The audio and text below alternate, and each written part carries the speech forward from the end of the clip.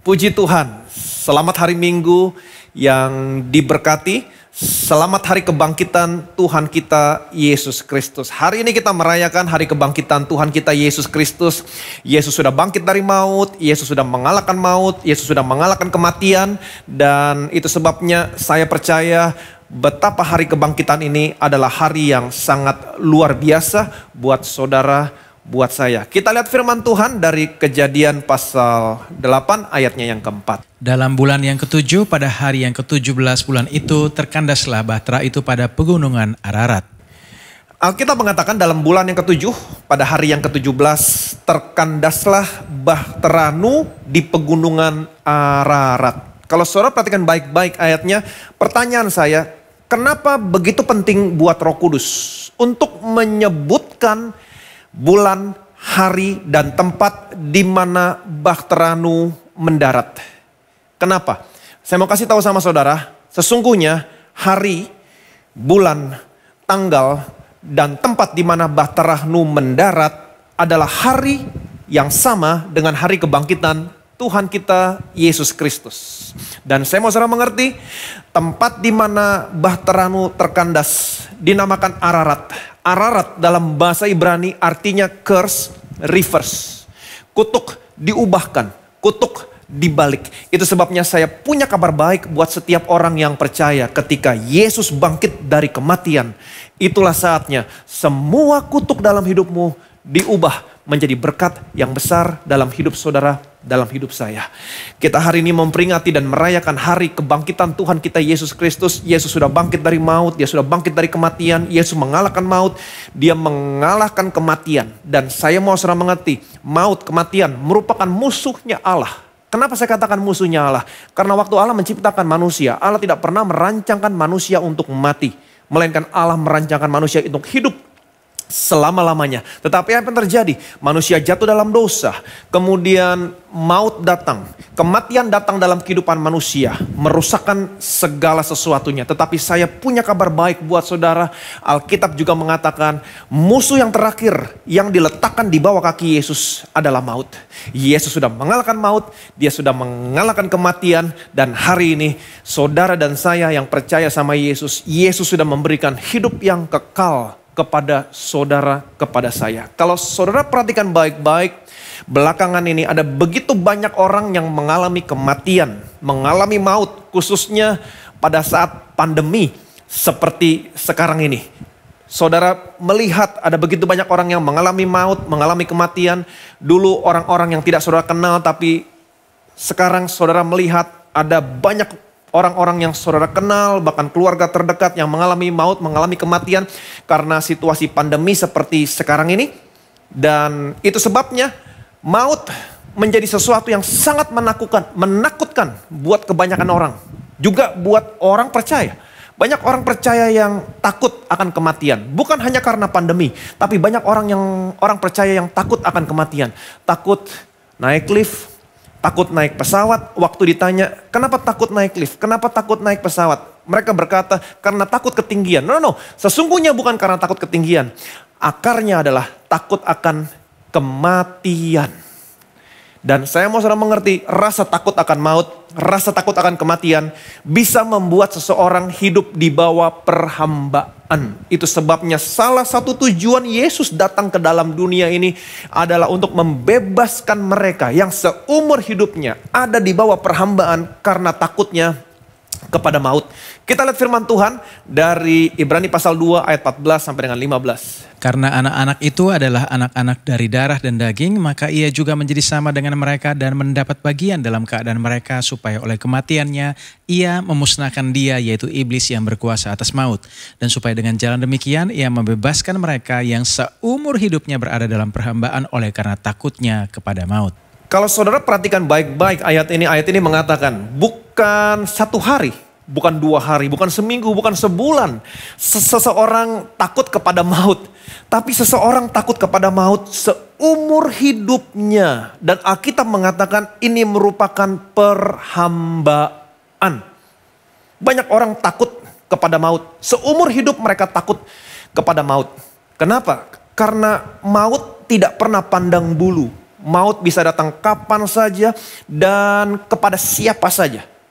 Muda, tua, laki-laki, perempuan, besar, kecil, orang kaya, orang miskin, bos, karyawan. Maut nggak pandang bulu, bisa datang kepada siapa saja dan kapan saja. Itu sebabnya maut merupakan hal yang paling menakutkan buat kebanyakan orang. Tetapi kalau saudara dan saya sebagai orang percaya, saudara masih takut kepada maut dan hidup di bawah perhambaan karena takutnya kepada maut, artinya ada sesuatu yang salah dalam pikiran saudara. Dan kebanyakan orang Kristen, orang percaya tidak menyadari kalau ada sesuatu yang salah dalam pikiran mereka. Nah, salah satu indikator yang bisa saudara pakai untuk mengetahui apakah ada sesuatu yang salah dalam pikiran saudara adalah dengan bertanya kepada diri saudara sendiri. Apakah selama ini saya tertekan? Apakah selama ini saya khawatir, takut kepada maut?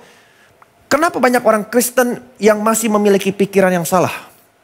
Karena mereka mendengar dari sesuatu yang salah. Mereka mendengar sesuatu yang salah dari khotbah yang salah. Khotbah yang saudara dengar seharusnya adalah khotbah-khotbah yang memerdekakan saudara, membebaskan saudara. Dan khotbah yang memerdekakan, membebaskan saudara adalah khotbah yang berbicara tentang apa yang sudah anaknya selesaikan buat saudara, buat saya di atas kayu salib. Berbicara tentang apa yang anaknya sudah lakukan. Bukan apa yang saudara lakukan. Bukan tentang kesetiaan saudara, tapi kesetiaan anaknya. Bukan tentang ketaatan saudara, tapi ketaatan anaknya. Saya mau saudara mengerti, kalau segala sesuatunya diukur berdasarkan keberadaan saudara, maka saya percaya saudara akan menjadi orang yang selalu ketakutan. Kenapa? Karena saudara tahu persis bagaimana keadaan diri saudara sendiri. Tetapi kalau segala sesuatunya bukan diukur berdasarkan keberadaan saudara, berkatmu, jaminanmu, bukan diukur berdasarkan keberadaan saudara, tapi berdasarkan keberadaan seorang pribadi yang sempurna, yaitu Yesus Kristus, maka saya percaya saudara akan rest. Saudara tidak khawatir, tidak takut, saudara rest, dan rest yang saudara miliki akan mengubahkan hidupmu. Sehingga saudara memiliki hidup yang sama seperti yang Tuhan inginkan. Yang percaya boleh bilang amin. Ayat 14 berkata begini, dan karena anak-anak itu adalah anak-anak dari darah dan daging, maka ia juga menjadi sama dengan mereka dan mendapat bagian dalam keadaan mereka, supaya oleh kematiannya ia memusnahkan dia, yaitu iblis yang berkuasa atas maut. Ayat ini jelas memberitahukan kepada saudara, kepada saya, bahwa kematian maut bukan berasal dari Tuhan, tapi kematian maut berasal dari iblis. Dan ayat ini juga bukannya untuk memberikan kesan bahwa iblis berkuasa. No, iblis sama sekali dia tidak punya kuasa. Iblis hanya memanfaatkan. Alkitab jelas berkata, kalau saudara hidup di bawah hukum Taurat, saudara hidup di bawah penghukuman, pendakwaan. Dan Alkitab mengatakan penghukuman memimpin saudara, menuntun saudara kepada kematian. Waktu Allah memberikan 10 hukum Taurat di Gunung Sinai, apa yang terjadi? 3.000 orang mati. Dan Alkitab mengatakan pelayanan yang memimpin kepada kematian terukir dengan huruf pada loh-loh batu. Apa yang dimaksud dengan huruf yang terukir pada loh-loh batu? 10 hukum Taurat. Nah, apa yang iblis lakukan ketika Allah memberikan 10 hukum Taurat? Iblis akan datang sama saudara dan dia memanfaatkan hukum Taurat. Ketika saudara melanggar hukum Taurat, maka iblis akan mendakwa saudara. Kamu dosa, kamu kotor, kamu bersalah. Kemudian iblis memberitahukan sama saudara, segala sesuatu yang buruk akan datang dalam hidupmu. Kutuk, sakit, penyakit, penderitaan, kemiskinan, kebangkrutan, bahkan kematian. Jadi perhatikan baik-baik, ketika saudara hidup di bawah hukum Taurat, iblis akan selalu mengingatkan kepada saudara apa yang Allah katakan sama saudara. Kalau kamu melanggar, kamu mati. Kamu melanggar, kamu mati. Kamu melanggar, kamu dikutuk. Itu sebabnya, karena hukum Taurat, kematian merupakan sesuatu yang menakutkan. Dan lebih daripada itu, saya mau saudara mengerti, di dalam diri saudara ada yang namanya kesadaran. Ketika saudara berbuat sesuatu yang salah, saudara tidak perlu membutuhkan orang lain untuk memberitahukan saudara, saudara bersalah. Kesadaran saudara akan memberitahukan kepada saudara, saudara bersalah. Harus ada yang bayar. Dan saudara berpikir dirimu sendiri yang harus membayar. Atau orang-orang lain di sekeliling saudara yang saudara cintai harus membayar. Kemudian pikiran saudara, kesadaran saudara menciptakan ketakutan. Dan saudara berpikir sebentar lagi sesuatu yang jahat akan datang dalam kehidupan saya. Kutuk, penyakit, kematian. Itu sebabnya perhatikan baik-baik. Salah satu tujuan Yesus datang ke dalam dunia ini. Dan ingat baik-baik sebelum dia datang ke dalam dunia ini. Yesus ada bersama-sama dengan Allah. Alkitab berkata pada mulanya adalah firman. Firman itu bersama-sama dengan Allah. Firman itu adalah Allah. Firman itu menjadi manusia. Amin. Yesus datang ke dalam dunia ini menjadi manusia. Menjadi sama seperti mereka. Mendapat bagian yang sama. Supaya apa? Supaya Yesus bisa mati. Kalau Yesus datang ke dalam dunia ini sebagai Allah. Ingat Allah sifatnya kekal. Dia tidak bisa mati. Tapi dia menjadi sama seperti mereka. Mengambil bagian dalam bagian yang sama dengan mereka. Menjadi manusia. Supaya Yesus bisa mati. Amin. Dengan jalan demikian. Yesus mati supaya dia bisa memusnahkan dia. Yaitu iblis yang berkuasa atas maut. Dengan jalan demikian. Yesus membebaskan mereka. Yang seumur hidupnya ada di dalam perhambaan. Karena takutnya kepada maut. Yang percaya boleh bilang amin. Amin. Dan banyak orang yang berpikir bahwa Yesus mati dibunuh. Hati-hati. Yesus sendiri yang mengatakan, Bapa mengasihi aku karena aku menyerahkan nyawaku untuk menerimanya kembali. Wow. Aku menyerahkan nyawaku untuk menerimanya kembali. Tidak ada seorang pun yang bisa mengambilnya daripada aku. Melainkan aku yang menyerahkan sesuai dengan kehendak hatiku. Ini luar biasa. Bapa mengasihi aku karena aku menyerahkan nyawaku untuk menerimanya kembali. Ini kuasa menyerahkan nyawa untuk menerimanya kembali. Saudara perhatikan baik-baik. Waktu Yesus bayi, iblis berusaha untuk membunuh Yesus melalui Herodes. Tapi iblis gak pernah berhasil. Dan seringkali mereka ingin melempari Yesus dengan batu. Tapi mereka juga tidak pernah berhasil. Kenapa? Karena belum waktunya. Tetapi ketika tiba waktunya, ketika tiba saatnya. Dia tergantung di atas kayu salib. Dia gantikan posisimu. Dia yang tidak berdosa telah dibuat menjadi dosa karena kita. Dan kenapa? Karena semua dosamu, semua dosa saya ditanggungkan di tubuh anaknya.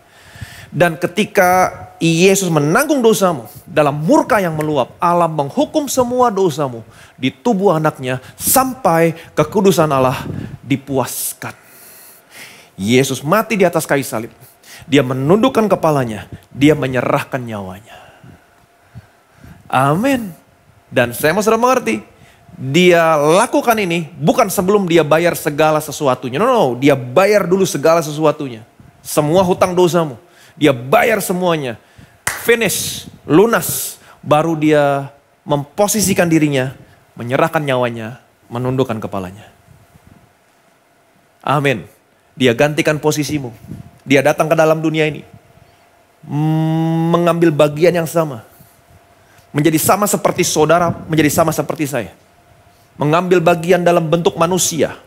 Dia gantikan posisimu supaya dia bisa mati. Dengan jalan demikian dia memusnahkan dia, yaitu iblis yang berkuasa atas maut. Dia mati gantikan saudara, gantikan saya. Kematian Yesus, kematian saudara. Dia mati sebagai saudara, sebagai saya. Itulah kematian saudara. Sehingga hari ini perhatikan baik-baik. Iblis tidak punya kuasa lagi untuk mendatangkan maut dalam hidupmu, dalam hidup saya. Yang percaya boleh bilang amin. Katakan bersama saya, iblis tidak punya kuasa mendatangkan maut dalam hidup saya. Pertanyaan saya, apakah Allah menerima apa yang Yesus lakukan di atas kayu salib? Memberikan kematian pengganti? Firman Tuhan berkata begini, 1 Korintus 15 ayat 17. Dan jika Kristus tidak dibangkitkan, maka sia-sialah kepercayaan kamu dan kamu masih hidup dalam dosamu. Alkitab mengatakan jika Kristus tidak dibangkitkan, maka sia-sialah imanmu dan kamu masih hidup dalam dosamu. Perhatikan baik-baik. Kalau saudara lihat perjanjian lama, Allah mengampuni dosanya bangsa Israel 1 tahun sekali. 1 tahun sekali. Kenapa? Karena imam besar masuk ke dalam kemah suci 1 tahun sekali, membawa darah binatang, mengadakan pendamaian atas dosa-dosa bangsa Israel kepada Allah. 1 tahun sekali. Dan ini menggambarkan tentang apa yang Yesus lakukan di atas kayu salib. Dia mempersembahkan tubuhnya sebagai korban pendamaian untuk dosamu, untuk dosa saya. Tetapi waktu Yesus mempersembahkan tubuhnya untuk mendamaikan dosamu, dosa saya. Bukan hanya berlaku setahun sekali, no. Tapi berlaku selama-lamanya. Amin. Satu kali untuk selamanya. Yang percaya boleh bilang amin. Imam besar dalam perjanjian lama, dia membawa darah binatang, masuk ke dalam ruang Maha Kudus, mengadakan pendamaian untuk dosa-dosa bangsa Israel kepada Allah.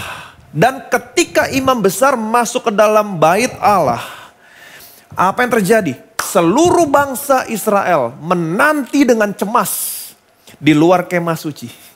Kenapa? Mereka menanti dengan cemas, apakah imam besarnya keluar lagi atau tidak? Kalau sampai imam besarnya tidak keluar lagi, apa artinya? Artinya imam besarnya mati di dalam. Hal ini memberitahukan kepada bangsa Israel, sesungguhnya Allah menolak apa yang imam besar lakukan. Mendamaikan dosa mereka dengan Allah. Dosa mereka tidak diampuni. Dan sepanjang tahun mereka hidup dalam kutuk. Tidak ada berkat, tidak ada musim menuai, musuh datang menghancurkan mereka. Tetapi kalau imam besarnya keluar dari bait Allah, seluruh bangsa Israel yang menanti di luar, ketika mereka melihat imam besarnya keluar, mereka bersorak, mereka bersuka cita. Hal ini memberitahukan kepada mereka, sesungguhnya Allah menerima apa yang imam besar lakukan di bait Allah, dalam bait suci, memperdamaikan dosa mereka. Dosa mereka diampuni, dan sepanjang tahun mereka hidup dalam berkat Tuhan yang berlimpah. Jadi perhatikan baik-baik peristiwa di mana imam besar keluar dari bait Allah setelah mengadakan pendamaian buat dosa-dosa mereka. Ini membuktikan Allah menerima apa yang imam besar lakukan. Amin. Imam besar keluar dari bait Allah. Ini membuktikan apa yang imam besar lakukan, memperdamaikan dosa mereka dengan Allah, diterima. Amin. Siapakah imam besar saudara? Siapakah imam besar saya? Tuhan Yesus. Alkitab mengatakan jika Kristus tidak dibangkitkan, sama halnya seperti imam besar masuk dan tidak keluar lagi. Apa yang terjadi? Imanmu sia-sia. Dan kamu masih hidup dalam dosamu. Jika imam besar tidak keluar lagi, pendamaianmu ditolak dan dosamu tidak diampuni. Kamu hidup dalam kutuk.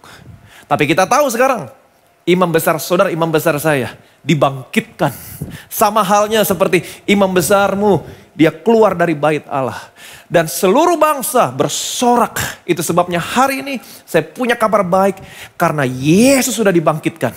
Imanmu tidak menjadi sia-sia. Dan hari ini kamu sudah dibebaskan dari dosamu. Saudara dan saya bisa hidup dalam berkat yang berlimpah. Amin. Waktu Yesus keluar dari kubur, bangkit dari kubur, sesungguhnya Allah ingin memberitahukan bahwa Allah menerima apa yang anaknya lakukan. Memperdamaikan dosamu, dosa saya. Imanmu tidak menjadi sia-sia. Dosamu sudah diampuni. Kamu sekarang hidup dalam berkat Tuhan yang berlimpah. Yang percaya boleh bilang amin. Katakan sama kiri kanan saudara, imanmu tidak menjadi sia-sia. Amin. Dosamu sudah diampuni. Dan hari ini kamu hidup dalam berkat yang berlimpah. Yang percaya boleh bilang amin. Amin. Jadi betapa saudara dan saya diberkati Tuhan. Amin. Ingat baik-baik. Allah menerima apa yang anaknya lakukan. Apa yang anaknya lakukan buat saudara? Dia datang ke dalam dunia ini. Menjadi serupa dengan saudara, menjadi serupa dengan saya, mengambil bagian yang sama, menjadi manusia, memberikan kematian pengganti. Kematian anaknya adalah kematian saudara. Supaya oleh kematian anaknya, perhatikan baik-baik, ia memusnahkan dia, yaitu iblis yang berkuasa atas maut. Jadi hari ini saya punya kabar baik, iblis enggak punya kuasa lagi mendatangkan maut dalam hidupmu. Kemudian Allah membangkitkan anaknya. Kematian anaknya, kematian saudara. Kebangkitan anaknya, kebangkitan saudara, kebangkitan saya. Yang percaya boleh bilang amin. Jadi jangan lagi takut sama maut. Jangan lagi takut sama kematian. Kenapa? Perhatikan baik-baik. Karena kematian Yesus itu kematian saudara. Amin. Jadi hari ini saudara dan saya, orang percaya hari ini, saudara dan saya sedang hidup, tidak menghadapi kematian. Kematian bukan merupakan sesuatu yang menghadang saudara di depan, tapi kematian ada di belakang saudara. Di mana kematian saudara? Di atas kayu salib. 2000 tahun yang lalu, itulah kematianmu, itulah kematian saya. Amin. Hari ini, semua orang percaya, saudara dan saya, hari ini kamu hidup bukan sedang menghadapi kematian, tapi kamu hidup sedang menantikan hidup yang kekal. Yang percaya boleh bilang amin. Jadi jangan lagi takut sama kematian, jangan lagi takut sama maut. Maut sudah ada di belakang. Bukan di depan, tapi di belakang. Itu sebabnya Yesus berkata begini, Yohanes pasal 11. Jawab Yesus, akulah kebangkitan dan hidup, barang siapa percaya kepadaku, ia akan hidup walaupun ia sudah mati. Dan setiap orang yang hidup dan yang percaya kepadaku tidak akan mati selama-lamanya. Percayakah engkau akan hal ini? Yesus berkata, akulah kebangkitan dan hidup. Barang siapa percaya kepadaku, perhatikan baik-baik, ia akan hidup walaupun ia sudah mati. Dan semua orang yang hidup yang percaya kepadaku, perhatikan baik-baik, ia tidak akan mati selama-lamanya. Percayakah kamu akan hal ini? Wow, percayakah kamu akan hal ini? Seperti yang tadi saya katakan, kenapa Yesus berkata, kamu yang masih hidup, kamu yang percaya kepadaku, yang masih hidup, kamu tidak akan mati selama-lamanya. Kenapa? Karena Yesus sudah memberikan kematian pengganti kepada saudara, kepada saya. Kematian saudara adalah kematian Yesus. Kematian Yesus adalah kematian saudara. 2000 tahun yang lalu waktu dia gantikan posisimu mati di atas kayu salib, itulah kematian saudara. Jadi di mana kematian saudara? Di belakang. Kematian bukan merupakan sesuatu yang menghadang di depan, tapi kematian ada di belakang. Saudara dan saya hari ini orang percaya bukan sedang menghadapi kematian, bukan sedang menantikan kematian, tapi saudara dan saya hari ini sedang menantikan hidup yang kekal. Amin. Mungkin saudara berkata, Pak, bukankah suatu saat nanti kita akan mati? Jantung kita berhenti berdetak, tubuh kita terjatuh. Betul, satu saat jantungmu berhenti berdetak, tubuhmu terjatuh. Tapi saya mau kasih tahu, saat itu, dalam hitungan detik, dalam sekejap mata, saudara akan merasakan hidup yang lebih hidup lagi. Amin. Tidak ada lagi penyakit, tidak lagi ada penderitaan, tidak lagi ada air mata. Ini yang namanya hidup yang sesungguhnya, yang Tuhan janjikan kepada saudara, kepada saya. Itu sebabnya dia berkata, akulah kebangkitan, akulah hidup. Semua orang yang mati, dia tetap hidup. Semua orang yang percaya kepadaku, ia akan tetap hidup walaupun ia sudah mati. Dan semua orang yang hidup yang percaya kepadaku, ia akan hidup selama-lamanya. Dia tidak akan pernah mati, melainkan dia akan hidup selama-lamanya. Yesus berkata, percayakah kamu akan hal ini? Percayakah kamu? Saudara tanya sama yang ada di sebelah saudara, percayakah kamu? Percaya enggak? Kalau saya percaya. Amin. Ini Yesus yang berkata. Bukan saya yang berkata. Yesus yang berkata. Jadi Yesus datang ke dalam dunia untuk membebaskan saudara. Membebaskan saya. Yang seumur hidupnya ada di bawah perhambaan karena takutnya kepada maut. Puji Tuhan, hari ini kita merayakan kebangkitan Yesus. Dan saudara tahu kebenarannya. Saudara mendengar kebenaran ini. Itu sebabnya dia datang ke dalam dunia ini. Dia menjadi sama seperti saudara, sama seperti saya. Kenapa? Karena saudara dan saya adalah anak-anak dari darah dan daging. Saudara manusia, saya manusia. Dia datang ke dalam dunia ini menjadi sama seperti saudara, menjadi sama seperti saya, manusia. Dia mengambil bagian yang sama, daging. Supaya apa? Supaya dia bisa mati. Menggantikan saudara, menggantikan saya. Supaya saudara dan saya tidak pernah mati. Kata Tuhan Yesus. Dia berikan tubuhnya, tergantung di sana. Dia penuhi seluruh tuntutan hukum Taurat, kekudusan Tuhan. Dia mati di sana, menggantikan posisimu. Amin. Dia berikan kematian pengganti, supaya oleh kematiannya, perhatikan baik-baik, ia memusnahkan iblis yang berkuasa atas maut. Jadi hari ini saya punya kabar baik buat saudara. Iblis tidak punya lagi kuasa untuk mendatangkan maut dalam hidup. Kabar baik. Dan Allah membangkitkan Yesus pada hari yang ketiga. untuk memberitahukan kepada saudara.